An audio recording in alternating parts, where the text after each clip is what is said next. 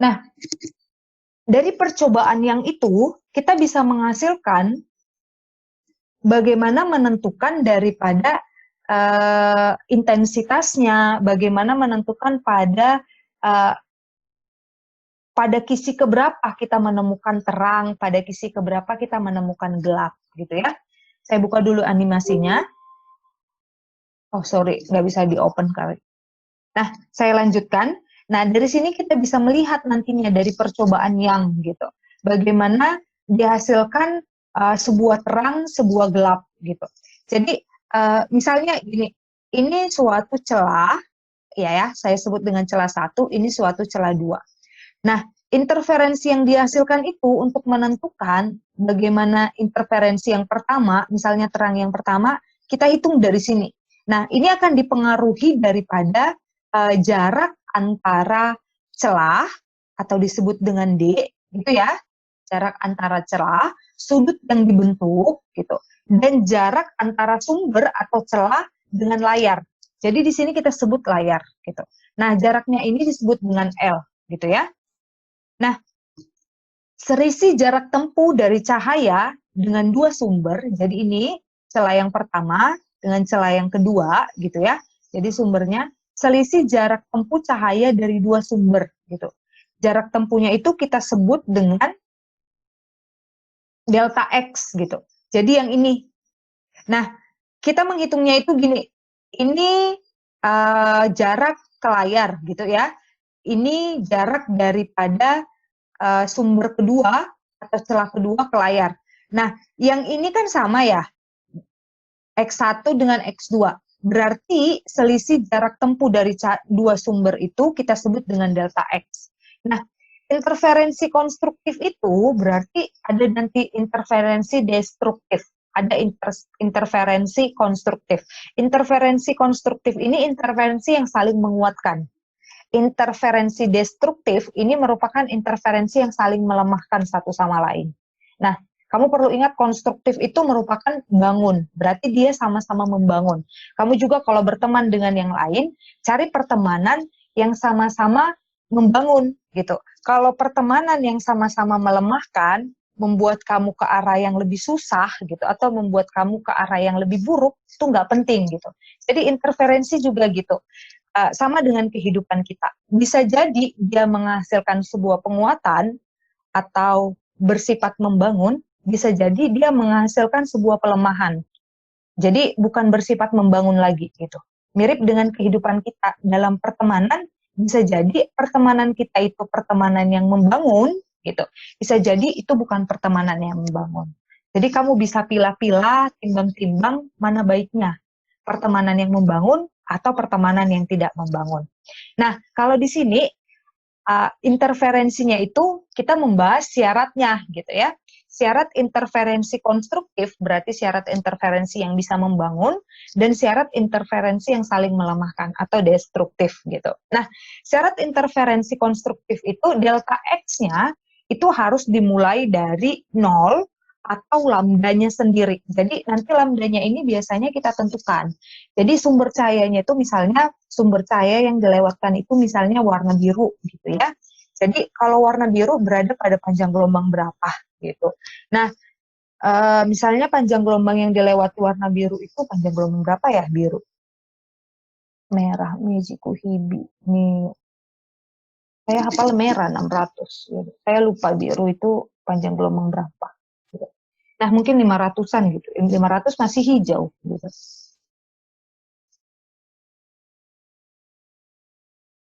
Mungkin di sekitaran 500 ke 600 kali ya. Nah, panjang gelombang biru misalnya deh saya yang hafal aja panjang gelombang merah. Panjang gelombang merah itu sekitaran 600. Nah, misalnya panjang gelombang merah yang dilewatkan. Berarti jika kita diminta syarat interferensi, kapan terjadinya interferensi konstruktif gitu ya. Kapan terjadinya interferensi konstruktif, berarti itu berada dengan syarat delta X-nya itu harus 0 atau sama dengan lambda, yaitu misalnya sama dengan panjang gelombang merah tadi 600, atau 2 kali lambda, misalnya 1200, atau 3 kali lambda 1800 gitu ya, delta X-nya itu gitu. Nah, Dan syarat interferensi destruktif itu 1/2 gitu, 1/2 atau setengah dari panjang gelombang sebenarnya, 3/2 dari panjang gelombang sebenarnya. Ini kelipatan-kelipatannya gitu. Karena tadi kan kita dapatkannya itu terang gelap. Jadi kelipatan-kelipatannya gitu ya. Nah, jika dari sini kita lihat bagaimana delta X ini bisa kamu cari delta X ini sama dengan D sin theta ini menggunakan rumus Pythagoras aja gitu ya, trigonometri. Nah, dengan demikian syarat interferensi ini udah tadi ya. Syarat interferensi destruktif itu kita dapatkan D sin theta karena delta X itu sama dengan D sin theta gitu ya. Jadi berarti D sin theta itu sama dengan 0, lambda, 2 lambda, dan 3 lambda. Kelipatannya. Nah, kalau interferensi destruktif itu D sin theta sama dengan setengah lambda, 3/2 lambda, 5/2 lambda, dan seterusnya gitu ya. 5/2 lambda, 7/2 lambda gitu. Baru 9/2 lambda, 11/2 lambda. Tentu dia yang berada di antara ganjil kayak gitu ya. Nah, berapa jarak antara dua garis terang berdekatan atau dua garis gelap berdekatan yang terbentuk pada layar? Nah, jarak dua garis terang gelap ini, yang ini ya, yang ini, jarak dua garis terang gelap yang berdekatan ini, itu disebut dengan D sin theta, gitu ya. Nah, dari sini, di mana tadi yang kita sebut D sin theta ini, misalnya kita sebut dengan 0, gitu. Ini mirip dengan ini, yang ini tadi. D sin theta itu sama dengan 0 misalnya, atau D sin theta itu sama dengan lambda gitu. Nah, dari sini kita bisa tentukan bagaimana sin theta itu. Berarti berapa sudut yang dihasilkannya. Berarti itu lambda per daripada D-nya. Di mana D ini merupakan, yang ini tadi, jarak antara celah 1 dan celah 2 gitu, atau jarak antara sumber 1 dan sumber 2. Oke? Nah, pada interferensi dua celah gitu ya, nilai theta itu sangat kecil. Jadi kalau nilai tetanya sangat kecil, kita menggunakan hubungan aproksimasi atau hubungan pendekatan gitu. Jadi kalau tetanya sangat kecil, nanti kita untuk menentukan tangen tetanya ini sangat sulit, jadi kita samakan tangen teta itu sebanding dengan teta. Nanti saya kasih contoh penyelesaian soalnya seperti apa gitu.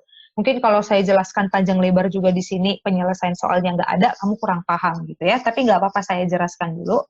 Nah, di sini kamu bisa lihat terang gitu ya, gelap di sini nanti ada terang, ada gelap, ada terang. Nah, ada yang disebut dengan terang pusat. Jadi nanti kamu akan disuruh menentukan bagaimana jarak antara terang pusat ke terang pertama atau terang kedua gitu, atau gelap pertama atau gelap kedua gitu. Itu disebut dengan delta Y nantinya. Nah, pola interferensi ini bisa kita gambar seperti ini. Jadi yang puncak-puncak ini merupakan interferensi maksimum gitu. Nah, yang minimum itu yang di sini. Ini merupakan interferensi minimum. Yang puncak-puncak itu merupakan interferensi maksimum. Seperti itu. Jadi ini pola daripada interferensi. Kalau mungkin kalau kita bisa menggunakan alat lain gitu, ada bisa digambarkan pola interferensi. Jika digambarkan itu seperti ini, ya. Nah, sekarang yang menjadi pertanyaannya, bagaimana ketika dua celah itu diganti dengan kisi, gitu. Jadi kalau tadi itu cuma dua celah, sekarang kita ganti misalnya 1000 kisi. Nanti yang kamu bahas itu bagaimana ketika diganti 1000 kisi. Jadi misalnya di sini kita ganti n kisi, dalam artian ada berapa celah dalam kisi itu. Jadi n itu jumlah kisinya gitu ya. Nah, kalau kita ganti misalnya ada 1000 kisi. Jadi akan dihasilkan 1000 macam terang gelap gitu. Akan dihasilkan. Nah, ini pola interferensinya ini akan berbeda gitu. Nah, misalnya kamu lihat kalau satu slit gitu ya, satu slit atau satu kisi dihasilkannya itu seperti ini. Nah, kalau dua slit gitu dihasilkannya itu seperti ini. Kalau 3 slit seperti ini. Berbeda kan ya? Nah, kalau 7 slit juga seperti ini. Itu pasti berbeda. Nah,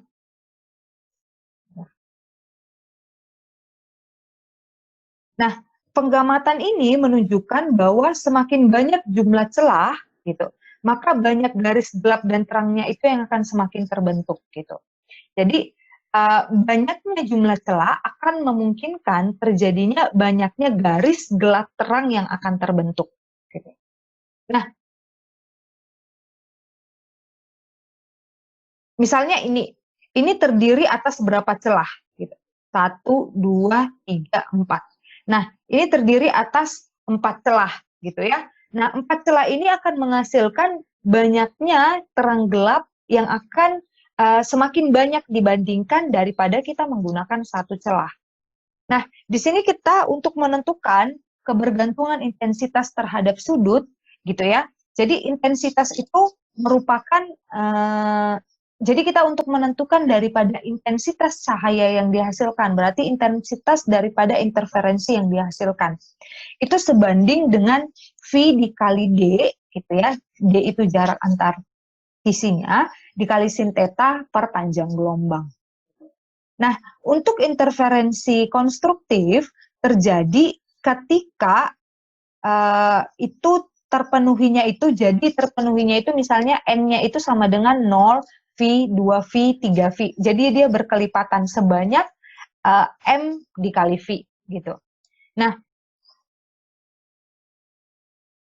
dari sini ini hanya penurunan daripada bagaimana penyebut yaitu sin dan pembilang yaitu sin sama dengan 0 itu. Pembagian bilangan 0 dengan 0 menghasilkan suatu nilai yang diperoleh dengan metode perhitungan limit. Jadi di sini kita menggunakan perhitungannya secara limit gitu.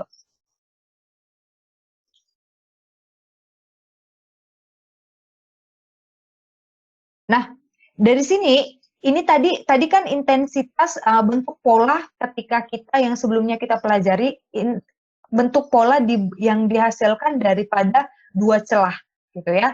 Nah, kalau di sini dihasilkan daripada kisi gitu. Kisi itu terdiri bukan hanya satu celah gitu. Jadi n kisi, berapa kisi di situ. Nah, bentuk daripada uh, pola intensitasnya itu seperti yang terlihat pada gambar. Kalau tadi gitu nggak ada bentuk pola yang kecil-kecil ini, kalau sekarang pada kisi itu ada bentuk pola yang kecil-kecil. Nah, gelombang yang berbeda memiliki nilai intensitas maksimum pada sudut yang berbeda. Gitu. Jadi, gelombang yang berbeda ini memiliki intensitas yang berbeda. Jadi, intensitas puncaknya itu di sini. Gitu ya.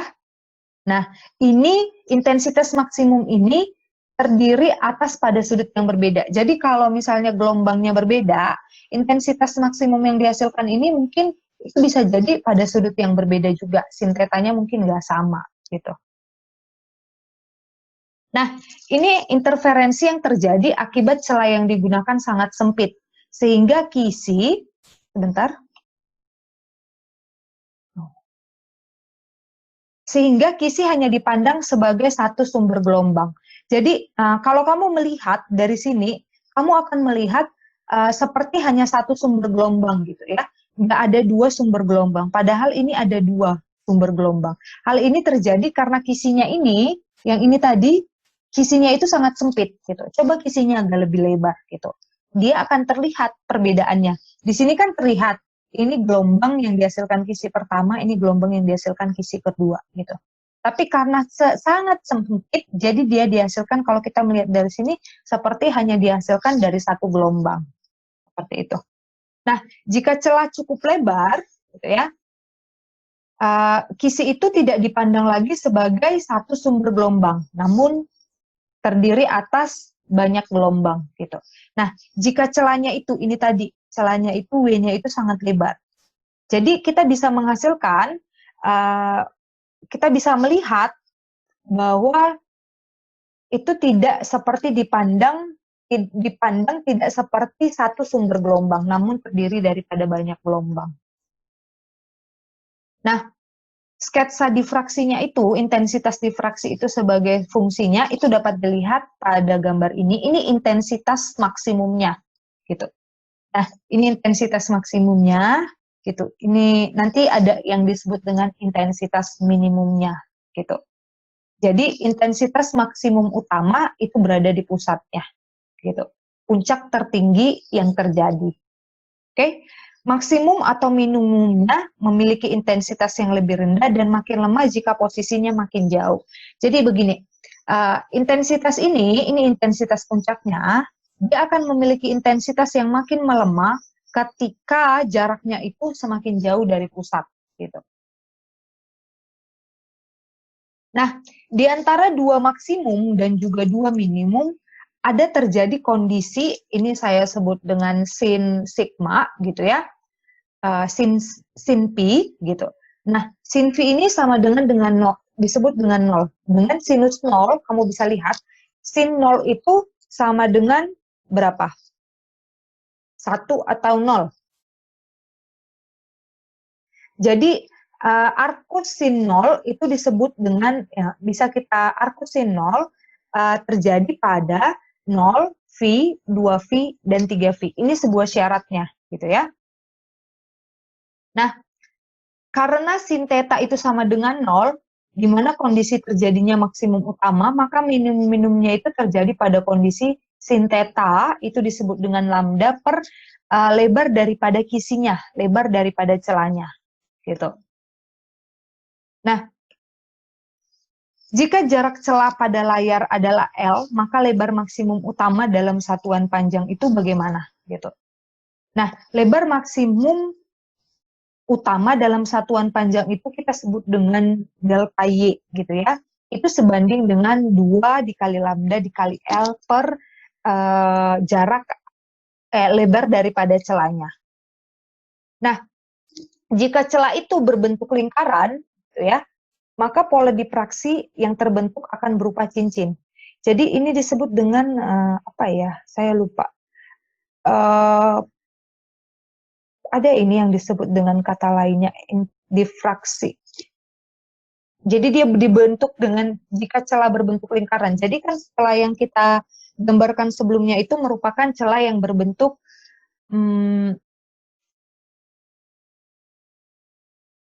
sebentar. Jadi celah yang kita gambarkan sebelumnya itu celah yang berbentuk persegi gitu. Nah, kalau celahnya itu berbentuk lingkaran, dia akan menghasilkan sebuah pola difraksi yang berbentuk cincin. Gitu. Jadi kalau tadi itu kita interferensi itu dihasilkan dari sebuah celah yang berbentuk persegi, gitu, persegi panjang. Nah, kalau dia dihasilkan, kalau kita lewatkan sebuah cahaya melalui sebuah celah yang berbentuk lingkaran, maka akan dihasilkan difraksi. Itu perbedaannya.